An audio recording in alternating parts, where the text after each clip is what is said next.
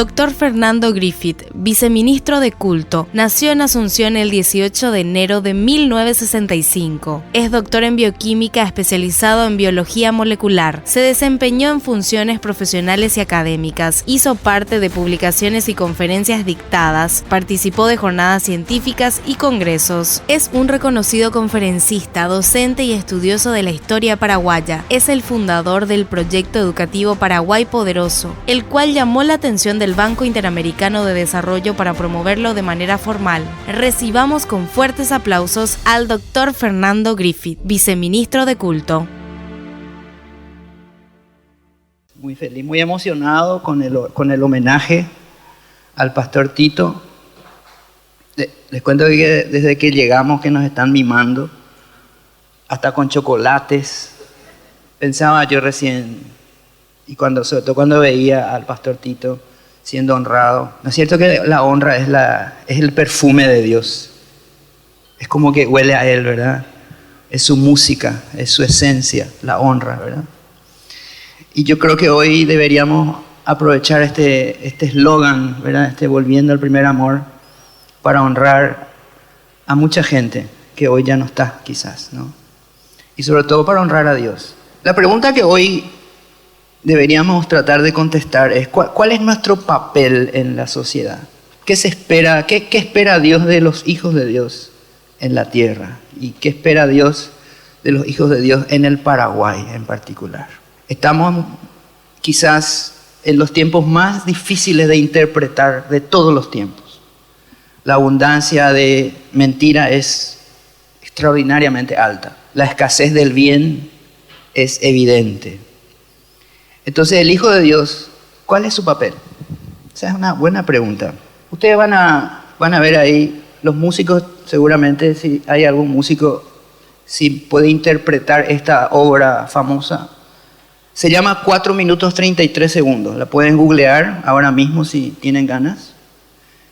Y seguro que les llama la atención algo, ¿verdad? De esta obra. Esta es la partitura oficial de la obra 4 minutos 33 segundos. Básicamente es un silencio que dura 4 minutos 33 segundos. Y hay orquestas muy famosas, como la Orquesta Filarmónica de Berlín, que en los conciertos la ejecuta. Esta es una obra que me encanta, yo podría ejecutarla perfectamente, ¿verdad? Ahora ustedes van a decir, ¿pero cómo una obra tiene un silencio de 4? Pues sí. Porque hay una transformación cultural, hay un cambio cultural y ese es un cambio cultural programado. No es una casualidad. Ha sido diseñado y programado. Y hoy estamos deconstruyendo no solamente la música, hasta los postres, ¿verdad? Hay un postre pavlova desconstruido, por ejemplo. Estamos desconstruyendo la arquitectura, no solamente la música, estamos desconstruyendo cosas más valiosas, incluso, como el propio ser humano. Y una de las cosas que más preocupa es que se está deconstruyendo el concepto de dignidad humana. Ustedes saben, ese concepto viene del derecho romano y dice que el ser humano es digno, es valioso. Los romanos no lo pudieron vivir hasta que llegó Jesús a la tierra. Ahí recién empezamos a pensar de que el ser humano era realmente valioso y digno. Y la ley, la legislación adoptó ese concepto después de la Segunda Guerra Mundial y las constituciones empezaron a usar el concepto de la dignidad humana. Pero fue un cristiano, si ustedes me permiten, fue un cristiano, se llamaba William Wilberforce, era un parlamentario inglés, a cuya influencia se eliminó la esclavitud en el mundo.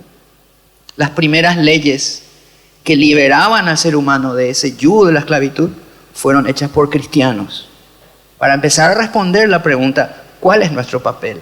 Ustedes van a ver ahí una obra muy famosa. Esto es la Capilla Sixtina. Si ustedes miran así la Capilla Sixtina que está al lado de la iglesia de San Pedro y van a ver esta obra de Miguel Ángel. Y aquí lo que llama la atención, pone un poco la siguiente, creo que amplía. Ahí está. Miren la actitud de Dios y la actitud de Adán en una obra. La actitud de Dios es tratar de buscar al hombre y Adán así como con desdén. Fíjense las diferentes actitudes. Bueno, esto que veía Miguel Ángel, que en la Capilla Sixtina, que de paso me hace acordar un poco a la política paraguaya, porque la Capilla Sixtina está llena de frescos. Eso que Miguel Ángel reflejaba ahí, hoy ya no existe en el arte. Esto es la batalla de Costañú, según un pintor brasileño. Él le llamó la batalla de Campo Grande. Fíjense lo fornido de los chicos. Estos son los niños de Costañú, según él. Siempre el arte fue usado con propósitos políticos. Y ustedes van a ir viendo cómo a medida que se avanza, el arte va siendo deconstruido. Las formas, los colores, esto ya es el impresionismo, esto es Una noche estrellada de Van Gogh. Y así se va, esto es El grito, vale millones de dólares, Edvard Munch. Las meninas, esto es Desnudo bajando la escalera, así se llama la obra. Yo no veo el desnudo ni veo la escalera, pastor. Entonces, esta es la entrada al Parlamento escocés. Nuestro Ministerio de Hacienda es mucho más lindo. ¿Por qué? Porque fue construido en otra época. En la época donde la belleza contaba, la verdad importaba. O sea, todo se está echando abajo. Y nosotros, ¿cuál es nuestro papel como hijos de Dios? Esa es la pregunta que nos tenemos que hacer. ¿Qué se espera de nosotros? Yo les cuento que nosotros, por definición, ya siendo paraguayos, somos campeones. Y siendo hijos de Dios, somos más que campeones. Entonces, nuestro papel es ser la luz. Lo dice la palabra. Es ser la sal. Sin nosotros, las ideas, y eso me di cuenta a lo largo de estos últimos años, sin nosotros las ideas no tienen profundidad. Eso no es cierto. ¿Quiénes son los que ven ahora, pastor, lo que está pasando en el mundo? Somos nosotros. Entonces nuestra responsabilidad es enorme. Si somos abogados, si somos bioquímicos, si tenemos un empleo barriendo la calle, da igual. La responsabilidad es demasiado grande porque nosotros sabemos lo que está pasando. Pero hay una oscuridad muy grande en el mundo. Imagínense ahora hay una tribu en el sur de México, no es una tribu, es una secta que practica el canibalismo. Con la gente que se va a suicidar, los convencen de que se les paga una buena suma y luego esa gente se suicida y se los comen. Eso era impensable a principios del siglo XX, porque el concepto de dignidad humana está cambiando. Esto que vimos hoy, este homenaje lleno de niños, cada vez se ve menos, pastor, porque los niños son las primeras víctimas para no existir. Hace unos días me contaba una persona, tenemos una amiga en común, y esta amiga en común le acompañó a su hijo, su único hijo, a hacerse una vasectomía. Eso significa que nunca más va a tener un nieto, y su hijo nunca más va a ser padre. Y lo hizo de manera voluntaria. La pregunta es, ¿por qué? ¿Por qué ya no se valora la vida? Ni la familia, ni la verdad, ni el bien. Y una cosa que nos ponemos a pensar es, si el bien y la verdad son bienes escasos, como lo son, díganme si no, entonces ¿cómo podemos esperar esa bandera tricolor? Justicia, paz y libertad. ¿Cómo podemos esperar de que eso sea real en un mundo donde el bien y la verdad son tan escasos? Esos son los dos objetivos educativos más importantes. El bien y la verdad. Porque si no está el bien y la verdad, cuya fuente es el amor, la única fuente, entonces no podemos vivir ni en justicia, ni en paz, ni en libertad. El Paraguay es un país distinto, porque el Paraguay consiguió vivir en justicia, en paz y en libertad. Yo creo que es uno de los únicos, si no el único país del mundo que lo consiguió. Pero no pudo sostener, porque no conocía a Dios. No lo pudo sostener, pero evidentemente Dios puso algo muy especial en nosotros. Y yo quiero compartir hoy las evidencias de que eso es así. ¿Qué me dicen de esta foto? ¿Alguna reflexión sobre esta foto? En el medio hay una serpiente. ¿La ves? ¿Ya la ven? Hace una S. ¿Qué es lo que quiero decir con esto? Que el mal nunca se presenta como tal. Desde que, inclusive para hacer preguntas, como la pregunta con que Dios te dijo, si eres el Hijo de Dios. Una cosa que tenemos que sacarnos de la cabeza es que el mal se presenta como mal. Nunca se presentará como mal, porque su esencia es la mentira. Por lo tanto, el mal está oculto. Decía Edgar Allan Poe, cuanto más a la vista, cuanto menos escondido está algo, se hace más difícil aún para ver. Algo que está demasiado a la vista ya se hace invisible. Y esa es la cultura. La cultura está ahí, pero es invisible a nosotros. Y empezamos a ver que la gente no quiere tener hijos. ¿Pero por qué? Empezamos a ver, pastor, de que hoy los hijos ya no piensan como los padres. Ese es un fenómeno que viene ocurriendo desde hace 50 años, pero de manera planificada. Los hijos ya no piensan como los padres. ¿Por qué? Hay una amenaza grande en la humanidad hoy, en la tecnología, para bien y para mal.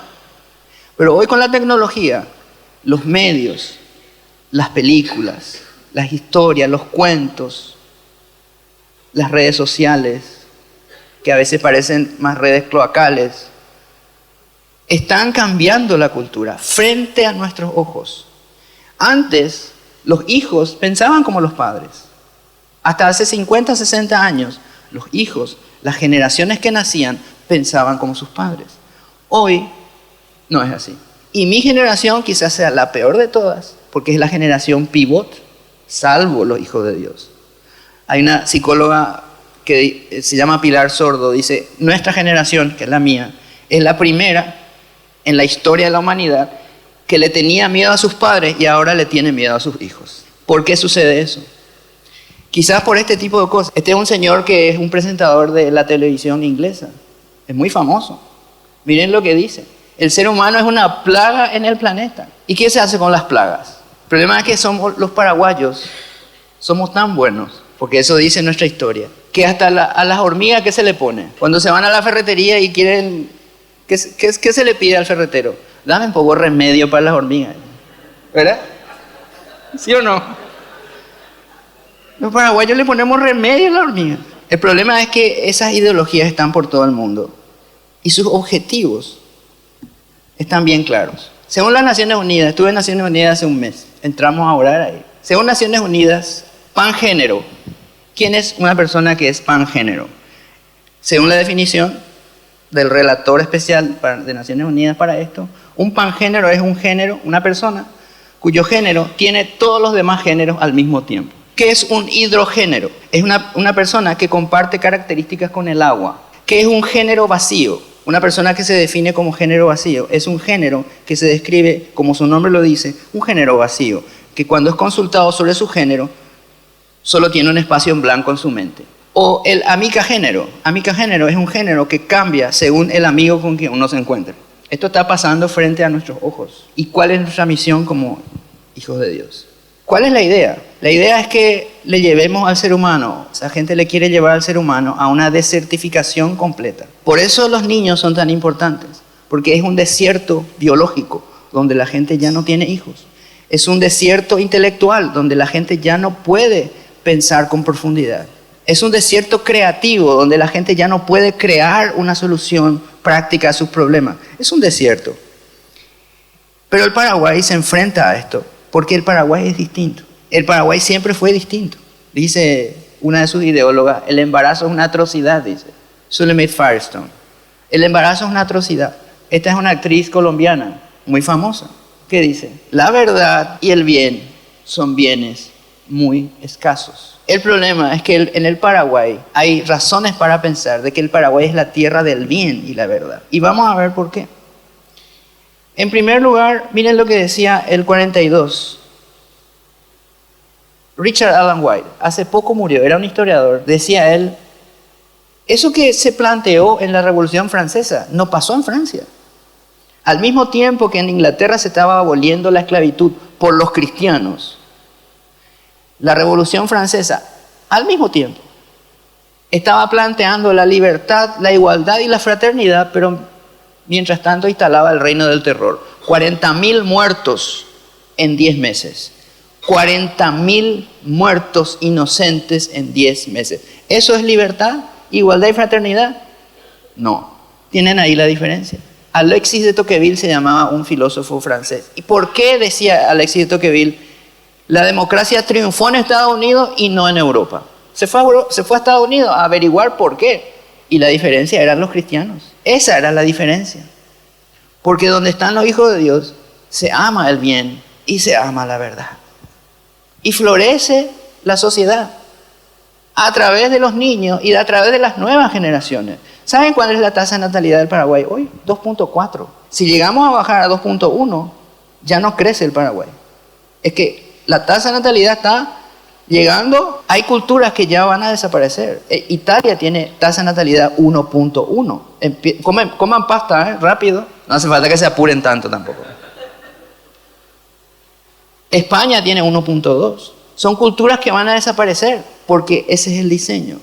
Eliminar la identidad nacional. Porque la identidad nacional es parte del edificio de la identidad. La identidad es como un edificio.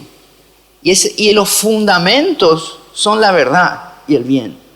Una parte de ese edificio es la identidad sexual. Otra parte es la identidad psicológica, familiar.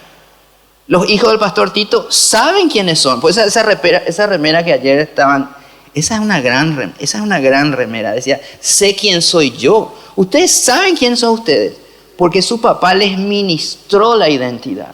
Y la conducta de ustedes sale de ahí, de esa administración de identidad, es decir, yo soy.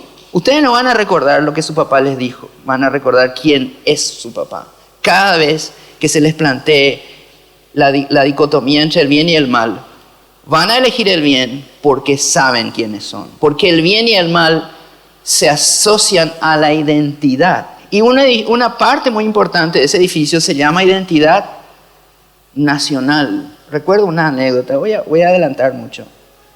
No hay mucho tiempo. Alguien que nos está dando su tiempo, nos está dando parte de su vida. Por eso la excelencia de Dios consiste en usar bien el tiempo. Solo para entender cómo la identidad nacional puede llegar a ser tan fuerte. Ahí tienen al Mariscal Estigarribia. De un lado, el Mariscal Estigarribia, y del otro lado, Mariscal Estigarribia. O sea, la calle, ¿verdad? Se estaba haciendo el desfile de la victoria en agosto del 35, cuando Paraguay gana la Guerra del Chaco.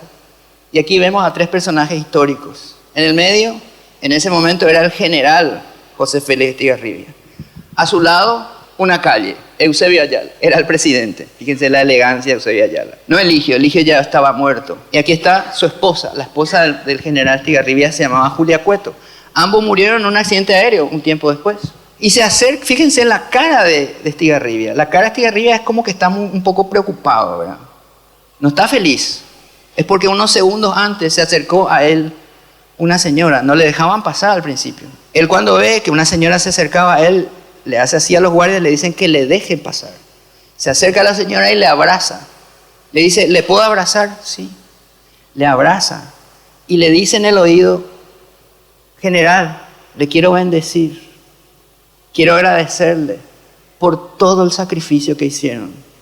Estoy muy contenta que el Paraguay venció esa guerra. Pero general, le dijo, solo espero que haya valido la pena, porque yo perdí a mis 7 hijos. Ese tipo de sacrificios solo existen cuando existe algo que es la fuente de ese sacrificio, el amor. Ese es el amor que nosotros tenemos a nuestros hijos. Ese mismo amor que tenemos a nuestros hijos, lo tenemos por nuestra patria. ¿Por qué? Porque sabemos que Dios ama a todos.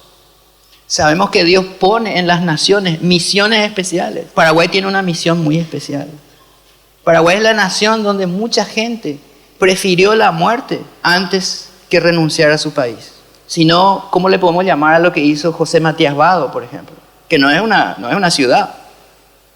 Pero si le preguntamos a nuestros jóvenes, ¿quién es José Matías Vado? Quizás van a asociar a Vado con la marihuana. Cuando que era una persona extraordinaria, tan extraordinaria era que el ejército brasileño, cuando por fin pudieron alcanzarle con sus cañonazos, cuando por fin veían ellos esa amenaza reducida a prácticamente un cadáver, se bajaban de sus caballos, se sacaban sus pañuelos y los mojaban en la sangre que le brotaba del estómago y de las vísceras a Matías Vado para ponerse eso como si fuese un amuleto, porque era tan valiente ese hombre que decían, es algo que yo quiero. Pero un médico le vendó a Vado y evitó que se muera.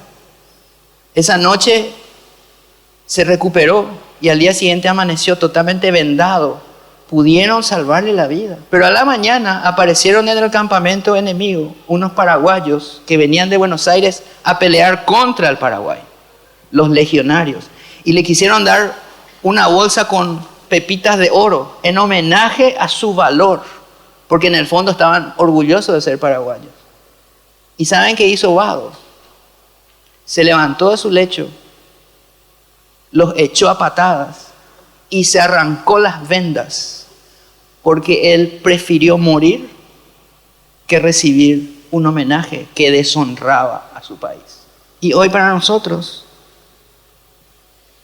es un pueblo, una ciudad.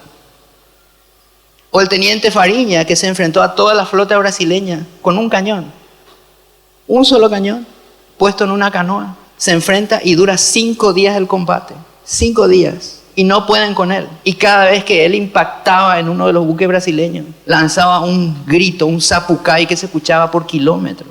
Y hoy para nosotros, Fariña es una calle. ¿Por qué? Porque la memoria histórica está bajo ataque, porque tiene una importancia geopolítica y porque está bien financiada. Yo no sé si ustedes saben, pero la guerra de la Triple Alianza fue una guerra fue un genocidio y fue una guerra de rapiña. Vinieron a robar, a matar y a destruir. Suena, ¿no? Y además fue financiada. Y la misma persona que firmaba el cheque para Carlos Marx, porque Carlos Marx era una persona que fue sostenida por este financista. Él abandonó a sus hijos. 5 hijos de Marx murieron de hambre. Y él es el ideólogo del marxismo, por supuesto, de la izquierda. Esa misma persona que escribía los cheques para Marx, escribía los cheques para financiar la guerra de la Triple Alianza. ¿Ustedes sabían eso? Al mismo tiempo, el Paraguay era un país distinto. Un país donde el bien y la verdad imperaban. Fíjense lo que eran estos valores, el carácter.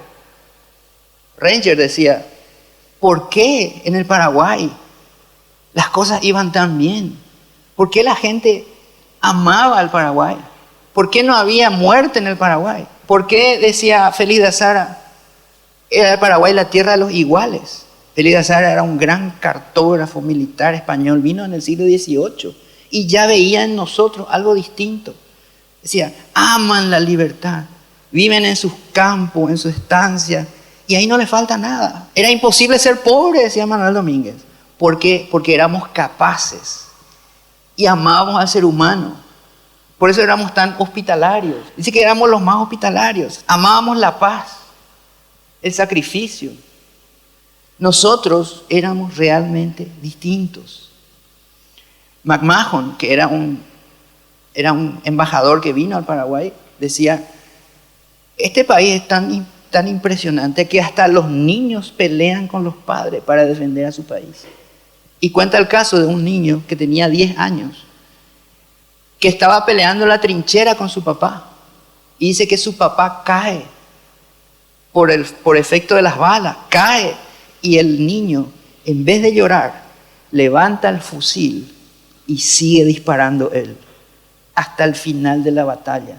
Y McMahon, el embajador de Estados Unidos en ese momento, se acerca a él después de la batalla y le dice, le abraza y le dice, mi hijo, ¿qué tal? Le dice, ya con el padre muerto. Y le dice, le mira a este niño y le dice, no sé, señor, hice lo mejor que pude. La pregunta es si nosotros estamos haciendo lo mejor que podemos para defender al Paraguay. El espíritu de sacrificio. Podemos recorrer todos los documentos históricos y lo único que vamos a ver es gente buena, gente disciplinada, gente de trabajo, gente que sabía lo que quería, con una identidad clara, firme. Amábamos el trabajo, amábamos la verdad, amábamos el bien. Y por eso construimos un país extraordinario, que tuvo un periodo de 50 años de estabilidad absoluta. Estabilidad a tal punto de que no había ni siquiera crímenes. no había conflictos, no había puñetazos, decía un italiano que vivía en Paraguay, era el cónsul de Italia, decía, en Paraguay ni siquiera hay una riña, una pelea, un puñetazo. No saben lo que es el conflicto, porque todos están felices y tranquilos. Él le contaba en unas cartas a su esposa, que no hace más de 10 años que se encontraron esas cartas en Roma, porque no se sabía su existencia, hasta que un historiador italiano las encuentra, y eran las cartas de este señor a su esposa en Roma, y le decía, Lorenzo Chaperon se llamaba, le decía a don Lorenzo, mi amor, yo no te puedo explicar lo que es este país. Acabo de ver un choque de 2 barcos, uno de ellos se hundió, pero vos sabés lo que vi después. En el vapor cantaban, en la costa se reían, decían. Acá ni siquiera se les habla con apodos a la gente. Este es el país donde impera la ley, decía Chaperon. Entonces nosotros hoy lo que vemos es que el Paraguay está en peligro. Está en peligro, y en primer lugar está en peligro porque nosotros no conocemos lo que pasó. Y saben que no conocer lo que pasó no nos hace madurar. Para que nosotros maduremos, tenemos que entender el pasado. Porque entendiendo el pasado vamos a poder entender algo muy importante, quiénes somos. A los jóvenes que están aquí yo les digo una cosa. El motivo por el cual sus pastores nos convocaron hoy no es para que ustedes nos conozcan, es para que ustedes se conozcan. Para que conozcan lo que pasó. Porque entendiendo lo que pasó, se van a poder proyectar hacia lo que Dios tiene para ustedes. Miren lo que es la consecuencia de un país que trabaja, de un país donde imperan los valores.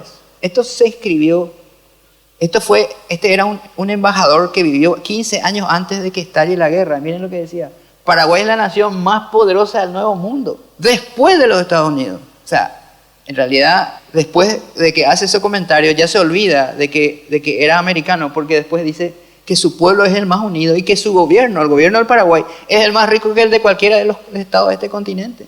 Pero ¿qué pasa? ¿Por qué? Nunca se preguntaron por qué en el Paraguay, por qué el Paraguay es la única nación donde un presidente y un vicepresidente mueren el mismo día y en combate. Nunca se preguntaron eso. Nunca se preguntaron por qué el Paraguay es el único país del mundo cuya capital en ese momento, Piribebuy, desaparece en un solo día. Todos los habitantes de la capital de ese país, Paraguay, mueren en combate en un solo día. Nunca se preguntaron eso. Los 1.600 habitantes de Piribebuy perecieron peleando en un solo día. Y los que no estaban peleando estaban en el hospital y fueron quemados vivos. Cuando nosotros decimos eso, la gente se sorprende. ¿Y por qué se sorprende? ¿Saben por qué se sorprenden? Porque este asunto de eliminar la historia ya viene con muchos años. Este asunto de enterrar al Paraguay, enterrar la historia del Paraguay, para que la gente no se entere, ya viene de muchos años. No es ahora. Esta gente viene cosechando lo que ha sembrado en contra de los intereses del Paraguay. ¿Saben cuál es el problema? La indiferencia. Porque cuando se olvida algo, decía Saramago, podemos caer en algo terrible, la indiferencia. ¿Cuál es nuestro papel como hijos de Dios? Es la pregunta. Miren lo que decía don Carlos Antonio López. ¿Cómo vamos a ser felices si no somos libres? Es la pregunta. Si van a tomar decisiones por nosotros, ¿cómo vamos a ser felices? La felicidad de nuestros niños depende de la fortaleza de nuestro carácter. Y ser libre es una capacidad, no es algo que a uno se le regala, es algo que uno es. Es como el sexo, la felicidad. El sexo, uno no tiene un sexo, uno es de un sexo. Por lo tanto, lo que uno es no se puede cambiar. Yo no le puedo arrancar a alguien su sexo, no existe el cambio de sexo, no existe. Porque eso tiene nivel celular, nivel molecular. Lo mismo la libertad. La libertad no es algo que uno tiene, es algo que uno es. Porque es la capacidad que uno tiene de ejercer su propia voluntad. Y esa capacidad, cuando se ejerce sin capacidad, se pierde inmediatamente. Una persona que está adicta a las drogas, ¿tiene libertad? Puede ser por un tiempo, pero va a perder la libertad física, la va a perder. Tarde o temprano se va a ir a la cárcel. O puedo estar yo en la cárcel, pero ser libre, porque mi mente ya no depende de la droga ni de la mentira. La mentira es una cárcel.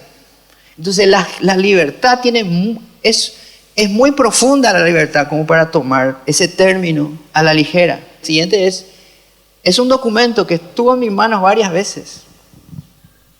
Es la Declaración de Independencia del Paraguay. Miren lo que dice ahí. Les voy a ayudar a leer esto. Acá dice ahí dice República. Ahí dice, la República del Paraguay en el Río de la Plata es para siempre, dice ahí, de hecho y de derecho, una nación libre e independiente de todo poder extraño. Y eso está firmado por más de 1000 delegados que declararon eso sobre el Paraguay. Y esta es una amenaza para gente que quiere someter la voluntad de los demás. En esta nación no va a ser posible. Siguiente, ahí van a ver la firma, 2 grandes firmas. Ahí está, Carlos Antonio López, Mariano Roque Alonso. Entonces, ¿qué pasó en el Paraguay?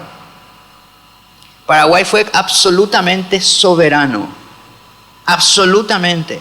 Soberano a nivel político, soberano a nivel económico, soberano a nivel financiero, soberano a nivel cultural, soberano a nivel alimenticio. En el Paraguay siempre fue un gran productor de alimentos, desde que empezó. Por eso de Buenos Aires, por eso se despobló Buenos Aires. Por eso Asunción pasó a ser la capital de la provincia. ¿Por qué? Porque Buenos Aires era un lugar donde había frío, hambre. De los 2.700 que llegaron en la primera gran expedición de don Pedro de Mendoza, solo sobrevivieron 400 al hambre. Por eso tuvieron que venir a Asunción, porque en Asunción la gente sabía valerse por sí misma. El paraguayo era el que sabía andar a caballo, el que sabía cultivar la tierra, el que se autodeterminaba, a tal punto que el propio rey Carlos I lanza un decreto, una cédula real que dice que nosotros nombrábamos nuestros propios gobernadores. Y por 200 años nosotros nombramos los propios gobernadores. Empezando del primero, Domingo Martínez de Irala no fue impuesto, fue votado. Fue el primer candidato. Ruiz de Galván se llamaba el otro candidato, perdido, por eso no lo conocemos. Pero a partir de ahí, elegíamos nuestros propios gobernadores, cultivábamos nuestros propios alimentos, porque la independencia, la soberanía y la libertad dependen de cada uno, de la capacidad que tenemos, de nuestro carácter, de nuestra disciplina, de nuestras elecciones. Pero el mundo hoy, ¿qué es lo que propone? Propone algo distinto. Por eso el Paraguay sigue siendo un país que no se entiende, no se alinea. Es que no funciona, parece la teoría en Paraguay. Es que no puede funcionar. Y no va a funcionar todos los niveles de soberanía. Poner 106. Manuel Domínguez decía, era imposible ser pobre en el Paraguay. No era posible ser pobre. El más pobre tenía 100 lecheras. Así decía Manuel Domínguez. Les quiero dar unas cifras. Miren, el Paraguay, la pregunta que nos hacemos hoy es, ¿cuántos somos hoy? Somos 7 millones y algo. ¿Cuánto hubiéramos sido de no haber sido por la guerra de la Triple Alianza? Nunca se hicieron esa pregunta. ¿Cuánta gente murió en la guerra de la Triple Alianza? Esa es una buena pregunta, ¿verdad? Pues les cuento, hubiéramos sido 27 millones hoy. 27 millones de personas. Una fuerza laboral. ¿Por qué hoy solo somos 7? Pregúntense. ¿Por qué el Paraguay tiene un territorio más grande de lo que se requiere? O sea, ¿por qué Ecuador, siendo más pequeño? ¿Qué se preguntaron? ¿Por qué parece tan despoblado el Paraguay? Paraguay no es pequeño, no es nada pequeño el Paraguay. Pero incluso nosotros venimos repitiendo, el Paraguay es un país pequeño. No es pequeño. Hagan la prueba, sumen. El territorio de Jamaica.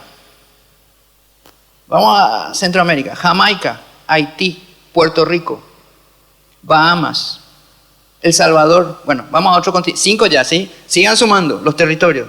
Vamos a Europa, vamos al África, Ruanda. Tenemos uno de África. Vamos a Asia. Sumen. 6 ya tenemos. Hong Kong, Qatar, Dubái, Taiwán. ¿Qué le podemos sumar?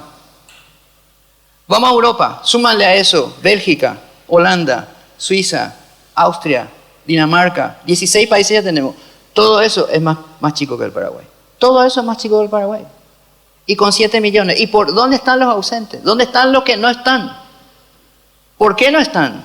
El Paraguay se enfrentó a un monstruo que quería sacarlo de su posición de ser un país ejemplo en Latinoamérica. Esa guerra no fue solamente contra el Paraguay, fue contra toda Latinoamérica. Porque el Paraguay, decía el diario Progreso de Argentina, era ese buen ejemplo que había que eliminar, había que combatir. No había ni un solo paraguayo sin estas 3 condiciones, decía. Decía, acá está parte de las cartas de Chaperón. Todo estaba en orden. El bienestar reinaba en todas partes.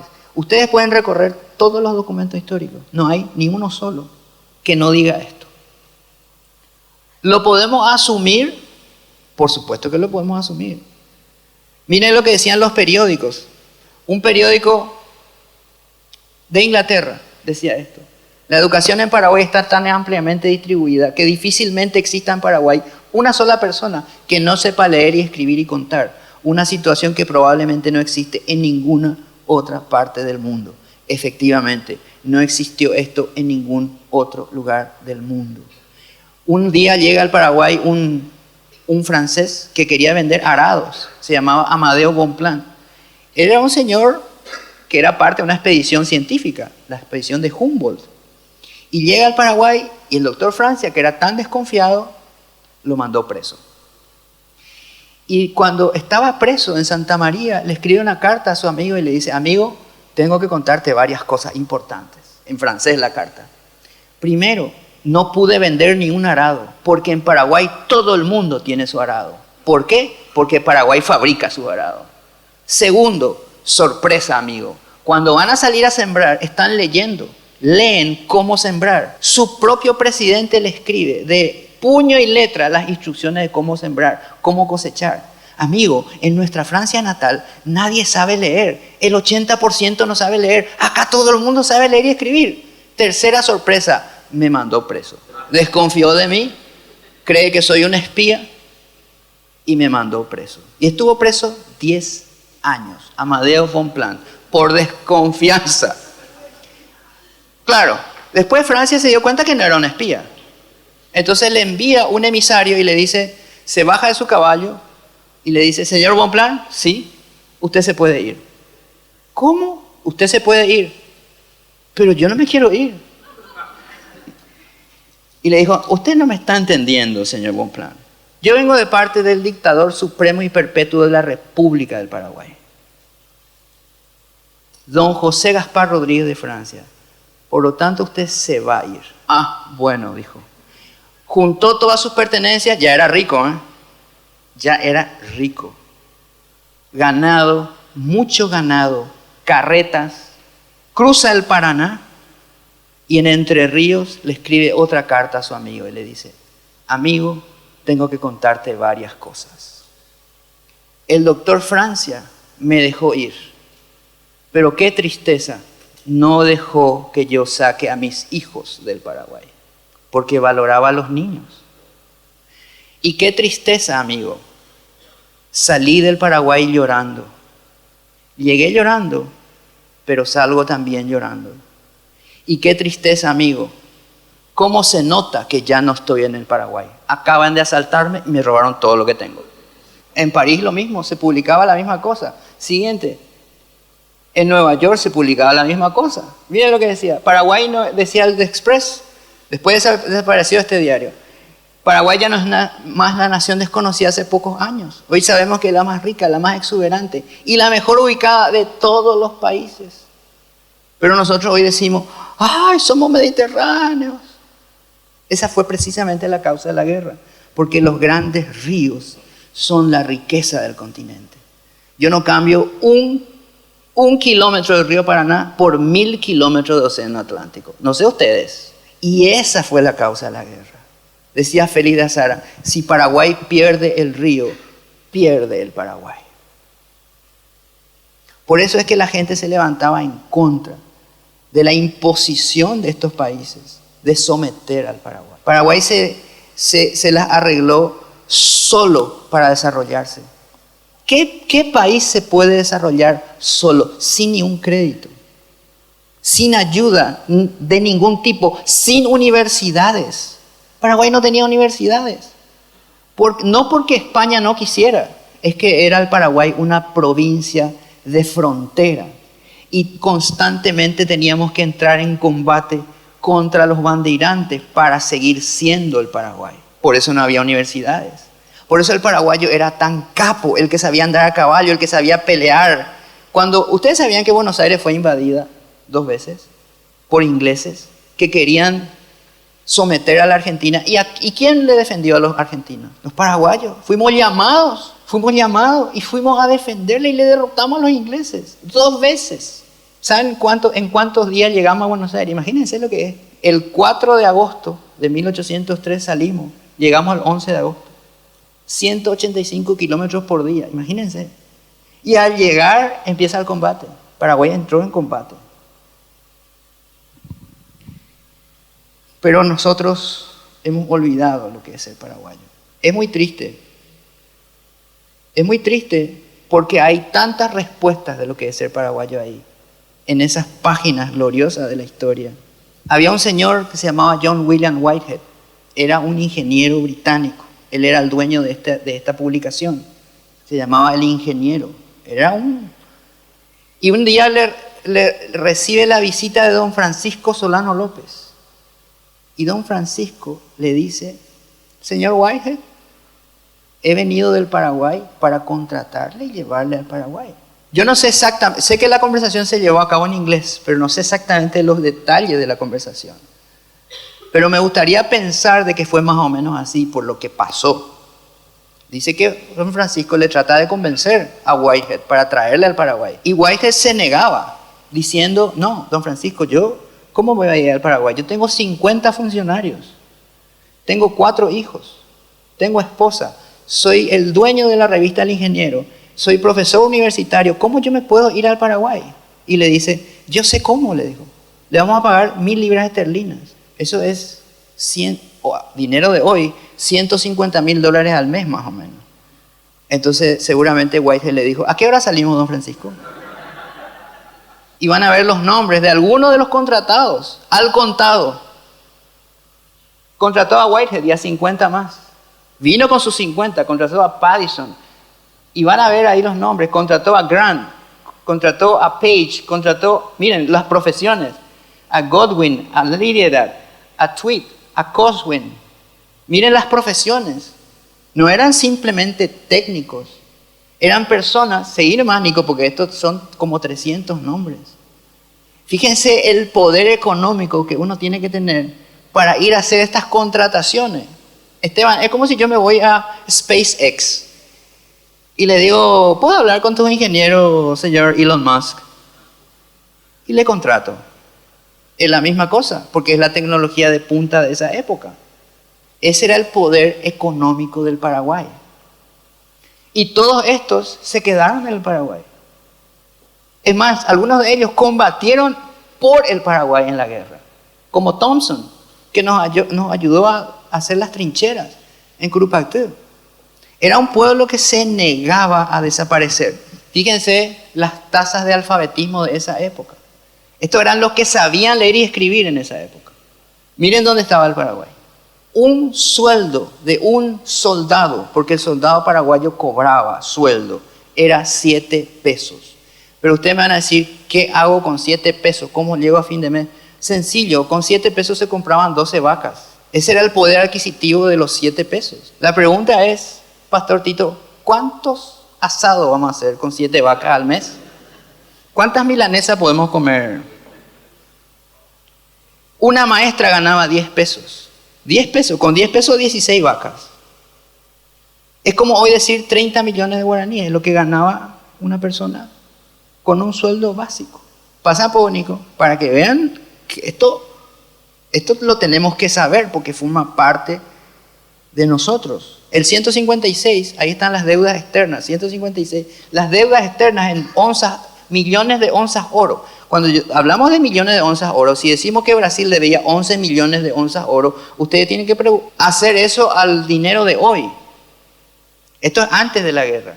Y después de la guerra, el Brasil, con los préstamos que le hizo esta familia para la guerra, su deuda externa se multiplicó por 10 y nunca más se deshizo de ella. Paraguay no debía un solo centavo a nadie. Era el único país de América sin deudas y probablemente el único del mundo.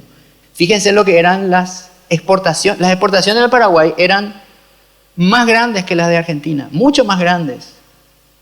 Fíjense lo que era. Ustedes saben lo que es el Producto Interno Bruto. Es toda la riqueza de un país y si le dividimos por el número de habitantes se llama Producto Interno por habitante. Para ser un país desarrollado se requieren $20.000 per cápita. Paraguay ya había superado eso, tenía $35.000 per cápita. Había 7 millones de cabezas de ganado para 800.000 personas. ¿Cómo se hace eso, pastor? Si no es con trabajo, con esfuerzo, con la verdad, con el bien, con la justicia, con la paz, con la libertad.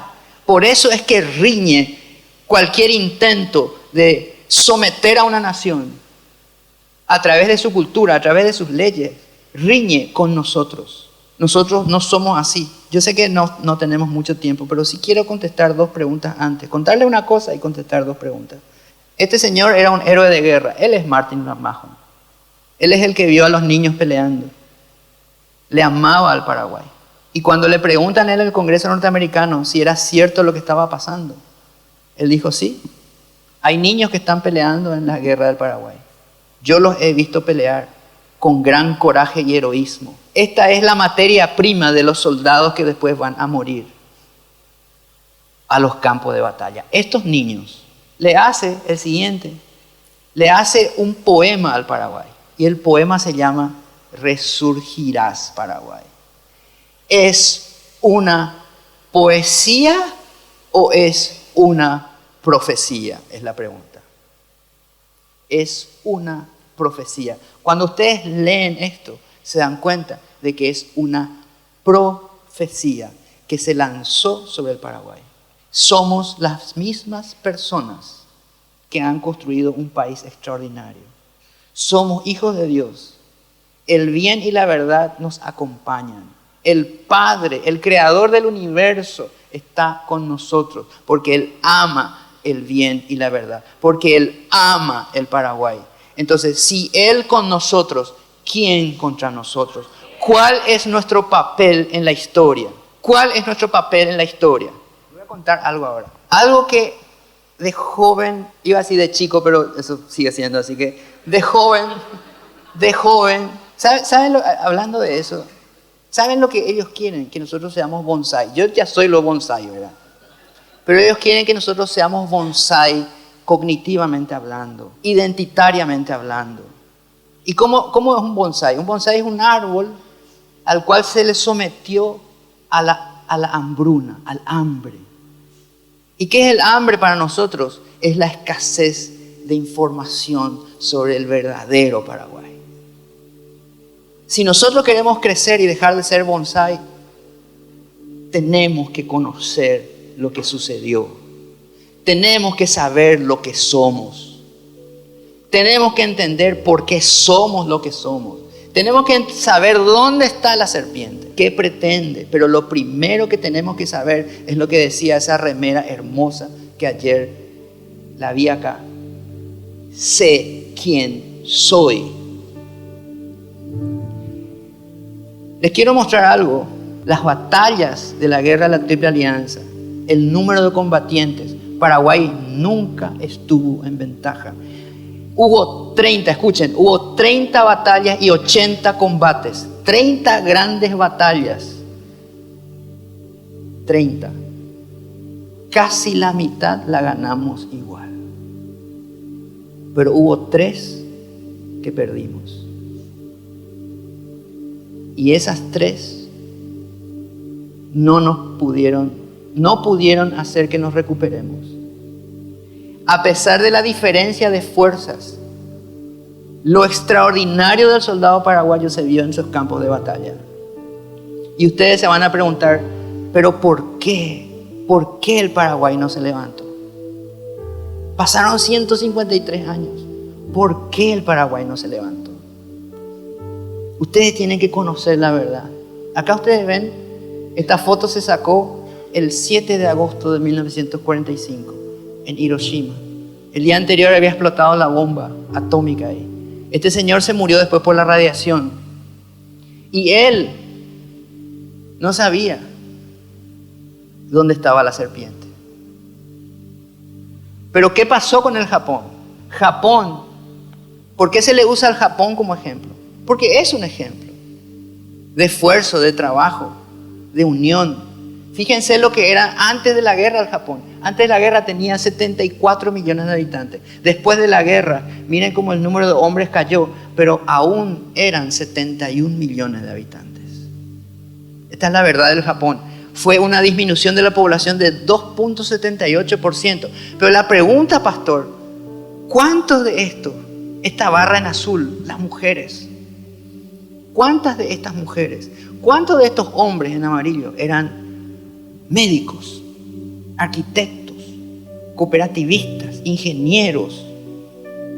¿Cuántos de ellos perdieron a toda su familia? ¿Cuántos? Vamos a ver qué pasó en Alemania, Nico. Ahí está la bandera soviética ya en el Reichstag alemán. Antes de la guerra, ¿cuántos alemanes? Casi 70 millones. Después de la guerra, ¿cuántos alemanes? 64 millones. Miren la disminución de hombres, la disminución de mujeres. La curva de hombres más pronunciada porque murieron muchos en los campos de batalla. Pero aún así, esta disminución fue del 8.32% de todos los alemanes del mundo. ¿Cuántos de ellos eran? Berlín empezó a reconstruirse al día siguiente de la guerra. Literal, al día siguiente se estaban pasando los escombros. Vean las fotos. Se pasaban los escombros unos a otros para reconstruir su país. Y encima, ambas naciones, Japón y Estados Unidos, tenían un plan financiero, se llamaba el Plan Marshall, que se les inyectaba enormes cantidades de dinero para reconstruir esas naciones. Porque había un interés político y comercial detrás de la reconstrucción de esas naciones. Por eso hablamos del milagro alemán, por eso hablamos del milagro japonés.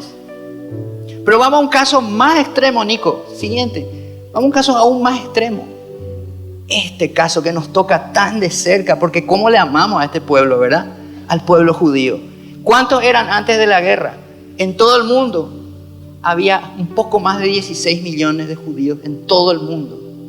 Después de la guerra, del holocausto, el intento deliberado de eliminarlos de todo el mundo, miren lo que fue el descenso de hombres y mujeres, de judíos del mundo, porque sobre ellos se derramó el odio que venía de los infiernos. Fue la disminución del 32.1% de todos los judíos del mundo.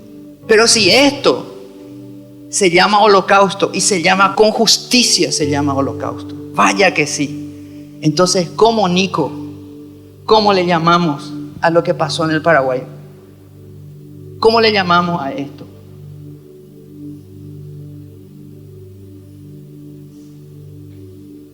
¿Qué nombre le ponemos, pastor? ¿Cómo le llamamos a esto? Los hombres desaparecieron. Solo quedaron niños, huérfanos, madres que fueron abusadas. Frente a la plaza donde hoy hay una estatua que se llama La razón vence al mal. Frente al Cine Victoria, ahí se organizó, el 1 de enero de 1869, se organizó una violación masiva de mujeres. Después de la batalla de Bagrís, la misma cosa. Fue una catástrofe humanitaria que no tiene nombre en la historia de la humanidad.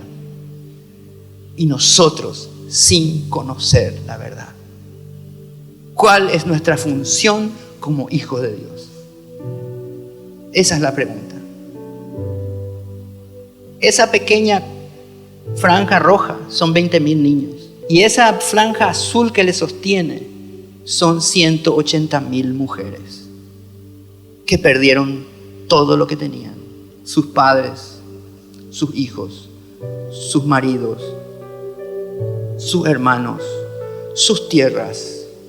Cuando volvían a sus campos, devastados, ni siquiera le dejaban entrar a sus campos y sus casas, porque el enemigo hasta los títulos de propiedad se llevó y no los devolvió al Paraguay, sino 100 años después. Antes de la última, miren lo que eran las fotos en esa época. Estos son 2 niños paraguayos. Miren la talla. La talla de los paraguayos bajó 15 centímetros después de la guerra por el hambre. Cientos de miles de muertos de hambre, cólera, viruela. Para matar más paraguayos, como se había descubierto que el cólera se transmitía por el agua, el general Emilio Mitre dice en una orden ejecutiva que se tiren todos los cadáveres con cólera a los ríos para matar más paraguayos. Miren lo que eran los niños paraguayos y un niño argentino de la misma edad, con la diferencia de que estos niños están muertos. Se los ubicó, fíjense, hay un pedestal acá. Estos son cadáveres de niños, no son niños. En esa época se usaba a los muertos se les sacaba fotos. Estos niños están muertos y miren, son piel y hueso. Los historiadores dicen que los cadáveres de los paraguayos no se enterraban. ¿Por qué? Porque no tenían olor. ¿Y por qué? Porque no tenían carne para pudrirse. Habían sido robados todos los alimentos del Paraguay. Fueron saqueados. Los paraguayos comían insectos. Muchos murieron por probar cosas que ni siquiera sabían si se podían comer. McMahon, en su última publicación, le encarga a un dibujante este grabado y le dice a su país: señores, este es el Paraguay. Y acá se ve lo que él quiere decir en este grabado. Acá apenas se ve una cruz y se ve un pequeño bulto frente a la cruz. Esa cruz, ese bulto es un niño llorando sobre la cruz. ¿Qué significa eso? Que murió toda su familia. Acá hay una cruz vacía, no hay nadie. Nadie. Murió toda la familia. Acá se repite la escena otra vez. Una cruz y un niño llorando. Toda su familia muerta. Y acá está una mujer, y acá está un niño, escuálido. Este niño está llorando y está buscando una madre. Y aquí está la mujer paraguaya, McMahon. ¿Qué quiere decir esto? Ella está erguida, no está llorando. Está erguida. Es la primera iconografía de una mujer que acaba de perder a su hijo. Allá arriba está su hijo. Ahí está su hijo. Es un pequeño cadáver que está sobre su cabeza. Lo lleva a enterrar. Pero ella está erguida y caminando. Y tiene una cruz sobre su pecho, sobre su vientre, mejor dicho. Ese era el Paraguay. Hoy nosotros tenemos que adoptarle al Paraguay, alzarle como un niño que se cayó, alzarle, así como decimos los paraguayos, alzarle upa para que él sea lo que Dios dijo que él tiene que ser. Y ese es nuestro papel, pastor. Tenemos que adoptarle al Paraguay. Y esto no es una guerra contra personas, es una guerra por la verdad, por el bien, por la justicia. Y en ese proceso Dios espera mucho de nosotros. Vaya que sí, es un privilegio ser paraguayo. Yo no lo sabía. Hace pocos años, mi esposa y yo, que es mi colega, decidimos que había que contar. Entonces abandonamos nuestras profesiones. No porque no quisiéramos ser bioquímicos. Es porque hay una misión.